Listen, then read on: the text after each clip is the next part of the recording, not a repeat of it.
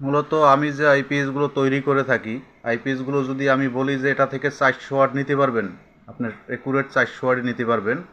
আর আপনারা যারা বুঝেন না আইপিএস নিতেছেন বানাইতেছেন কম টাকায়, আমি যদি বলি 7,000, একজনে বলবে 4,000 টাকায় বানাই দেবে 400 ওয়াট, তাহলে ঠিক আপনি 200 ওয়াট বাতি দুইটা লোড দিবেন, 400 ওয়াট ফুল লোড দিয়ে দেখে নেবেন একুরেট 400 ওয়াট বের হইতেছে কিনা এবং গরম হইতেছে কিনা বা ক্যাপাসিটি ঠিক কত দূর আছে। আপনার একুরেট দেখে নেওয়ার চেষ্টা করবেন, তাহলে আর ঠকবেন না।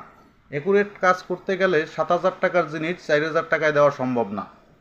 এটা বর্তমানে চলতেছে, মানুষকে বোকা বানানো হইতেছে। কিন্তু আপনি একটু যদি বুঝে দেখে নেন, তাহলে আর আপনিও ঠকবেন না, আপনাকে ঠকাইতেও পারবে না, আর কম টাকায় কাজ আশা করি করতে পারবে না। কারণ একুরেট কাজ করতে গেলে ট্রান্সফর্মার বড় লাগবে, আমি পরে মসফেট বেশি লাগবে, এরপর ভালো মানের না হলে লং টাইম লাস্টিং করবে না। আপনি যদি অ্যালুমিনিয়াম ট্রান্সফর্মারটা 400 দিয়ে করে, তাও আপনার 4,000 টাকায় দিতে পারবে না যদি একুরেট দেয়। এরপরে হাইব্রিড দিয়ে করলে তো কথাই নাই।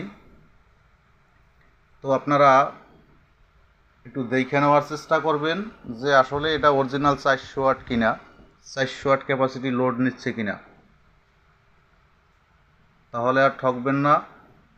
আমার একটা বড় ভাইয়ের জন্য আইপিএসটা তৈরি করলাম। আইপিএসটা থেকে বড় ভাই দুইটা সিলিং ফ্যান, একটা খাঁচা ফ্যান, 5টা বাতি দোকানে চা ব্যবহার করবে।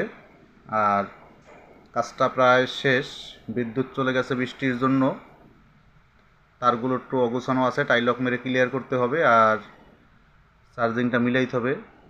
তো এখন বিদ্যুৎ চলে গেছে যার জন্য থেমে গেলাম।